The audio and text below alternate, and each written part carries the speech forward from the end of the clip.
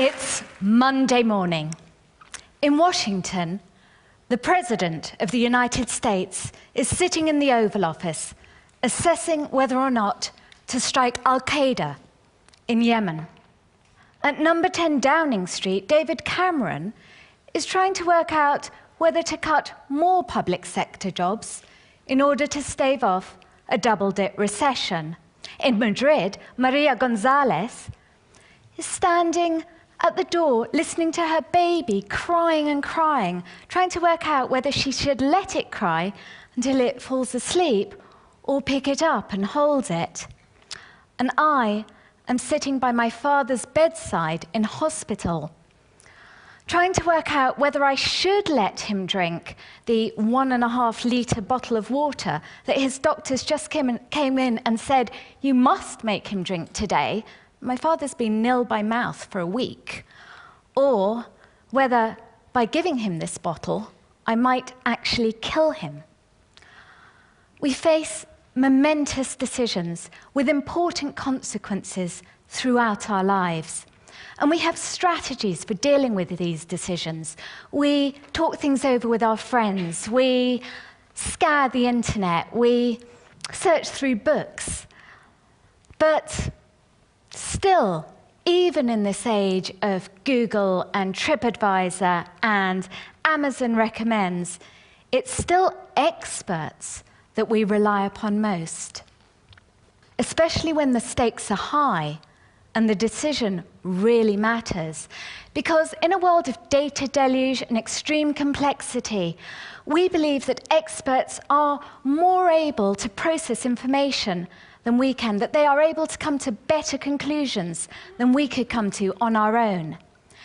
And in an age that is sometimes nowadays frightening or confusing, we feel reassured by the almost parental-like authority of experts who tell us so clearly what it is we can and cannot do. But I believe that this is a big problem with potentially dangerous consequences for us as a society, as a culture, and as individuals. It's not that experts have not massively contributed to the world. Of course they have. The problem lies with us. We've become addicted to experts. We've become addicted to their certainty, their assuredness, their definitiveness. And in the process, we have ceded our responsibility, substituting our intellect and our intelligence for their supposed words of wisdom. We've surrendered our power, trading off our discomfort with uncertainty for the illusion of certainty that they provide. This is no exaggeration. In a recent experiment, a group of adults had their brains scanned in an MRI machine as they were listening to experts speak. The results were quite extraordinary. As they listened to the experts' voices, the independent decision-making parts of their brains switched off. It literally flatlined, and they listened to whatever the expert said and took their advice, however right or wrong. But experts do get things wrong.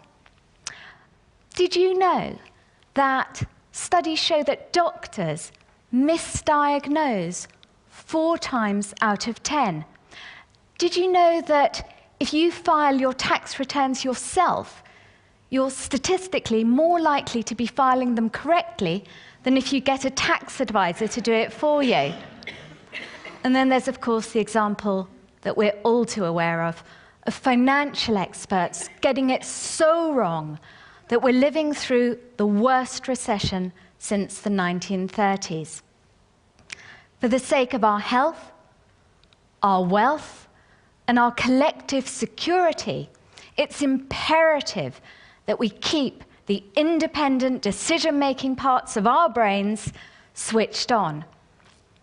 And I'm saying this as an economist who over the past few years has focused my research on what it is we think and who it is we trust and why, but also, and I'm aware of the irony here, as an expert myself, as a professor, as somebody who advises prime ministers, heads of big companies, international organizations, but an expert who believes that the role of experts needs to change, that we need to become more open-minded, more democratic, and be more open to people rebelling against our points of view.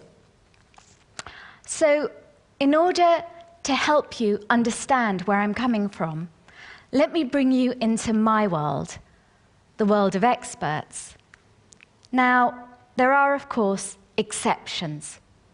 Wonderful, civilization-enhancing exceptions. But what my research has shown me is that experts tend, on the whole, to form very rigid camps, that within these camps, a dominant perspective emerges that often silences opposition, that experts move with the prevailing winds, often hero-worshipping their own gurus. Alan Greenspan's proclamations that the years of economic growth would go on, not challenged by his peers, until after the crisis, of course. You see, we also learn that experts are located, are governed by the social and cultural norms of their times, whether it be the doctors in Victorian England, say, who sent women to asylums for expressing sexual desire, or the psychiatrists in the United States who up until 1973 were still categorizing homosexuality as a mental illness. And what all this means is that paradigms take far too long to shift, that complexity and nuance are ignored, and also that money talks, because we've all seen the evidence of pharmaceutical companies funding studies of drugs that conveniently leave out their worst side effects, or studies funded by food companies of their new products, massively exaggerating the health benefits of the products they're about to bring by market. A study showed that food companies exaggerate it typically 7 times more than an independent study. And we've also got to be aware that experts, of course, also make mistakes. They make mistakes every single day. Mistakes born out of carelessness. A recent study in the Archives of Surgery reported surgeons removing healthy ovaries, operating on the wrong side of the brain, carrying out procedures on the wrong hand, elbow, eye, foot, and also mistakes born out of thinking errors. A common thinking error of radiologists, for example, when they look at CT scans, is that they're overly influenced by whatever it is that the referring physician has said that he suspects the patient's problem to be. So if a radiologist is looking at the scan of a patient with suspected pneumonia, say, what happens is that if they see evidence of pneumonia on the scan, they literally stop looking at it, thereby missing the tumor sitting 3 inches below on the patient's lungs. I've shared with you so far some insights into the world of experts. These are, of course, not the only insights I could share, but I hope they give you a clear sense, at least, of why we need to stop kowtowing to them, why we need to rebel, and why we need to switch our independent decision-making capabilities on. But how can we do this? Well, for the sake of time, I want to focus on just 3 strategies. First, we've got to be ready and willing to take experts on. and dispense with this notion of them as modern-day apostles. This doesn't mean having to get a PhD in every single subject, you'll be relieved to hear, but it does mean persisting in the face of their inevitable annoyance when, for example, we want them to explain things to us in language that we can actually understand. Why was it that when I had an operation, my doctor said to me, "Beware, Miss Hertz, of hyperpyrexia," when he could have just as easily said, "Watch out for a high fever"? You see, being ready to take experts on is about also being willing to dig behind their graphs, their equations, their forecasts, their prophecies, and being armed with the questions to do that. Questions like, what are the assumptions that underpin this? What is the evidence upon which this is based? What has your investigation focused on? And what has it ignored? It recently came out that experts trialing drugs before they come to market typically trial drugs first primarily on male animals and then primarily on men. It seems that they've somehow overlooked the fact that over half the world's population are women. And women have drawn the short medical straw because it now turns out that many of these drugs don't work nearly as well on women as they do on men. And the drugs that do work so well that they're actively harmful for women to take. Being a rebel is about recognizing that experts' assumptions and their methodologies can easily be flawed. Second, we need to create the space for what I call managed dissent. If we are to shift paradigms, if we are to make breakthroughs, if we are to destroy myths, we need to create an environment in which expert ideas are battling it out, in which we're bringing in new, diverse, discordant, heretical views into the discussion, fearlessly, in the knowledge that progress comes about not only from the creation of ideas, but also from their destruction, and also from the knowledge that by surrounding ourselves by divergent, discordant, heretical views, all the research now shows us that this actually makes us smarter. Encouraging dissent is a rebellious notion because it goes against our very instincts, which are to surround ourselves with opinions and advice that we already believe or want to be true. And that's why I talk about the need to actively manage dissent. Google CEO Eric Schmidt is a practical practitioner of this philosophy.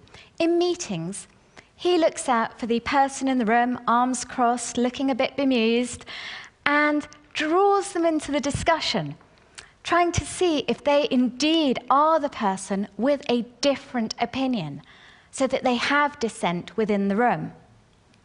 Managing dissent is about recognizing the value of disagreement, discord, and difference. But we need to go even further. We need to fundamentally redefine who it is that experts are. The conventional notion is that experts are people with advanced degrees, fancy titles, diplomas, best-selling books, high-status individuals. But just imagine if we were to junk this notion of expertise as some sort of elite cadre, and instead embrace the notion of democratized expertise, whereby expertise was not just the preserve of surgeons and CEOs, but also shop girls. Yeah, Best Buy, the consumer electronics company, gets all its employees the cleaners, the shop assistants, the people in the back office, not just its forecasting team, to place bets, yes, bets, on things like whether or not a product is going to sell well before Christmas, on whether customers' new ideas are going to be or should be taken on by the company, on whether a project will come in on time. By leveraging and by embracing the expertise within the company, Best Buy was able to discover, for example, that the store that it was going to open in China, its big grand store, was not going to open on time, because when it asked its staff, all its staff, to place their bets on whether they thought the store would open on time or not, a group from the finance department placed all their chips on that not happening.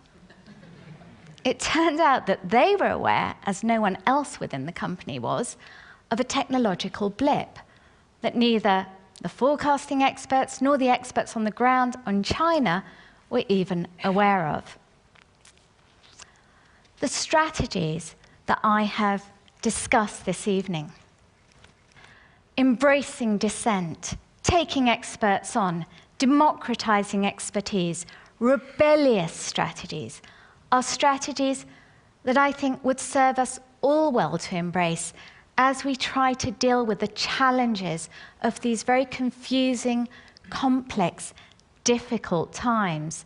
For if we keep our independent decision-making part of our brains switched on, if we challenge experts, if we're skeptical, if we devolve authority, if we are rebellious, but also if we become much more comfortable with nuance, uncertainty, and doubt, and if we allow our experts to express themselves using those terms too, we will set ourselves up much better for the challenges of the 21st century. For now, more than ever, is not the time to be blindly following, blindly accepting, blindly trusting. Now is the time to face the world with eyes wide open. Yes, using experts to help us figure things out, for sure. I don't want to completely do myself out of a job here, but being aware of their limitations, and of course, also our own. Thank you.